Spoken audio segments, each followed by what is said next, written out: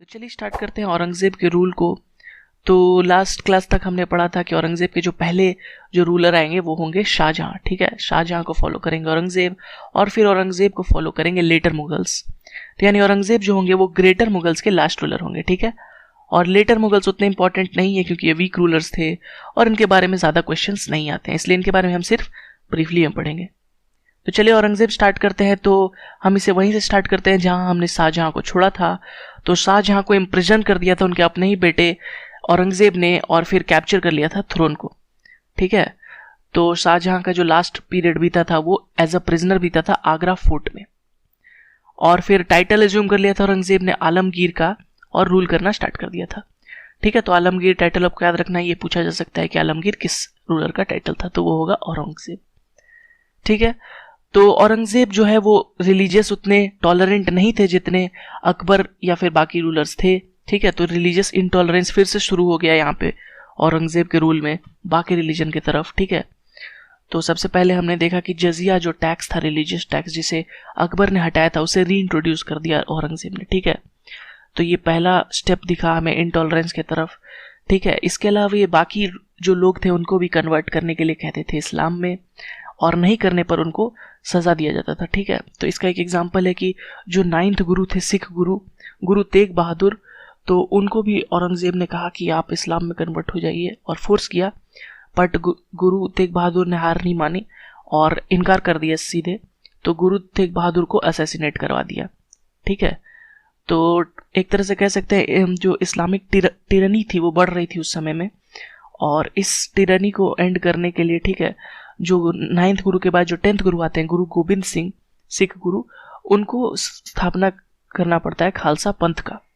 ठीक है, तो ये भी क्वेश्चन कभी कभी आता है कि किस सिख गुरु ने खालसा पंथ की स्थापना की थी, तो वो थे गुरु गोविंद सिंह। ठीक है, और ये 10th गुरु थे सिख गुरु, और इन्होंने ही खालसा पंथ की स्थापना की, और क्यों की थी, तो टू एंड द टिरनी। तो ये आपको याद रखना है। ठीक है, तो हम देख रहे हैं कि जो अब एक तरह से रिलेशन था बिटवीन जो हिंदू रूलर्स और मुस्लिम रूलर्स, वो काफ़ी यहाँ पे प्रोमिनेंट दिखने लगा था। पहले अकबर के समय वो रिलेशन काफ़ी बेहतर हो गया था। ठीक है, बट फिर से यहाँ पे एक रिफ्ट आने लगा जो राजपूत रूलर्स थे और जो कि ये मुगल रूलर्स थे उनके बीच में। ठीक है, तो अब फिर देखते हैं कि जो इसके कारण क्या होता है, जो ये जो मेन होता है नॉर्थ इनका वीक होने लगता है ड्यू टू द रिफ्ट, क्योंकि जो नॉर्थ का इलाका यानी राजस्थान जोधपुर का इलाका, वहाँ पे राजपूत किंगडम्स रूल करते थे। ठीक है, तो मेनली इनका फोकस नॉर्थ पे ही होने लगता है, तो इसके कारण क्या होता है, जो साउथ यानी मराठा का रीजन था वो वहाँ पे स्ट्रांग होने लगता है। ठीक है, और मराठाज औरंगजेब के टाइम में काफ़ी स्ट्रांग हो जाते हैं। ठीक है, तो ये भी आप जान सकते हैं कि जो मराठाज थे वो अपने पीक पर थे औरंगजेब के रेन में ही, और पीक पर थे, और इनके जो फेमस रूलर थे वो कौन थे, शिवाजी।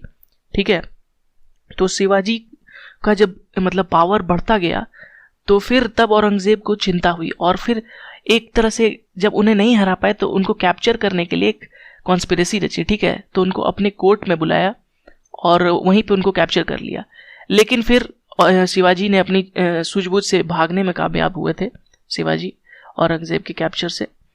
ठीक है, इसके अलावा अगर साउथ में हम बात करें तो गोलकुंडा और बीजापुर को भी कम्प्लीटली एनेक्स कर लिया था औरंगजेब ने। ठीक है, तो इसके पहले शाहजहां तक भी गोलकुंडा बीजापुर मुगल के साथी थे, बट उनको एनेक्स नहीं किया था, तो एनेक्सेशन कंप्लीट हुआ था औरंगजेब के टाइम। ये भी बहुत इंपॉर्टेंट क्वेश्चन है। ठीक है, जो दो इंपॉर्टेंट सदर्न डेक्कन में हम कह सकते हैं किंगडम थे, गोलकुंडा और बीजापुर, इनको कंप्लीटली एनेक्स किया था औरंगजेब ने। ठीक है, तो औरंगजेब के मिलिट्री में आपको यही मराठास और गोलकुंडा बीजापुर के बारे में जानना है। इसके अलावा इन्हें जिंदा पीर भी कहा जाता था। ठीक है, टाइटल के अलावा इनका एक और नाम जिंदा पीर अपने आप को घोषित कर दिया था। ठीक है, वो भी आप याद रख सकते हैं, जिंदा पीर या फिर दरवेश। ठीक है, तो चलिए औरंगजेब के बारे में आपको इतना ही जानना है जो बेसिक उनका रूल था। अब आगे बढ़ते हैं लेटर मुगल्स के बारे में, जो कि करीब 1707 यानी औरंगजेब के रूल के बाद से आएगा और 1857 में खत्म होगा। ठीक है, तो लेटर मुगल्स के पहले हम देखेंगे जो कि लास्ट ग्रेटर मुगल्स औरंगजेब का रूल खत्म होता है, और फिर ये लेटर मुगल्स जो है उनके जो फर्स्ट रूलर और लास्ट रूलर के बारे में हम देखेंगे थोड़ा। ठीक है, तो लेटर मुगल्स के बाद 1857 में कौन आ जाएंगे, ब्रिटिशर्स आ जाएंगे। ठीक है, 1857 में हमने देखा था सिपाही म्यूटनी होगी। ठीक है, जिसे फर्स्ट वॉर ऑफ इंडिपेंडेंस भी कहा जाता है। और उसके बाद जो है ब्रिटिशर का क्राउन का रूल आ जाता है इंडिया में। ठीक है, तो फर्स्ट लेटर मुगल कौन होंगे? बहादुर शाह 1। ठीक है, ज़्यादा हमें नहीं इनके बारे में जानना है, सिर्फ आप ये नाम जानिए कि फर्स्ट जो थे लेटर मुगल्स वो बहादुर शाह 1 थे, और लास्ट कौन थे? बहादुर शाह 2। ठीक है, याद करने में आपको आसानी होगी। तो फर्स्ट और लास्ट में आपको याद रखना है बहादुर शाह 1 और 2, और बहादुर शाह 2 को बहादुर शाह जफर भी बोला जाता था। ठीक है, तो ये लास्ट मुगल रूलर थे। इनके बाद ब्रिटिशर ने इंडिया पे अपना क्राउन ने अपना रोल प्ले करना स्टार्ट कर दिया था। ठीक है, आफ्टर द सिपाही मुटनी। बीच में आप बहुत सारे रूलर आए, लेकिन आपको उनके बारे में नहीं जानना है, सिर्फ एक रूलर के बारे में आप जानिए जो थे मोहम्मद शाह।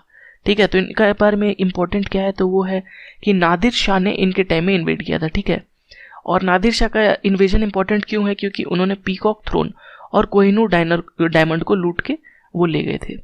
ठीक है, तो पीकॉक थ्रोन जो कि बहुत ही फेमस थ्रोन था, जो कि बहुत ही जेम से स्टडेड था। ठीक है, कोर्ट में रहता था मुगल्स के, उनको और कोहिनूर डायमंड को वो लूट के ले गए थे। और कोहिनूर डायमंड के बारे में एक और क्वेश्चन काफ़ी आता है कि किस माइन से निकला है? तो ये गोलकुंडा के माइन से निकला है। ठीक है, आपको याद रखना है। ठीक है, गोलकुंडा के माइन से निकला था। तो चलिए, लेटर मुगल्स के बारे में इतना ही आपको जानना है, और नहीं जानना है आपको ज़्यादा। तो इसी के साथ हमारा जो मुगल का रूलर्स वाला पार्ट है वो कंप्लीट होता है। नेक्स्ट चैप्टर में हम लोग पढ़ेंगे फाइनली मुगल के आर्किटेक्चर और लिटरेचर के बारे में, जिससे काफ़ी क्वेश्चंस आ सकते हैं। तो उम्मीद करते हैं आपको वीडियो अच्छा लगा होगा। अगर अच्छा लगा है तो लाइक करें, and thank you for watching this video. Good bye.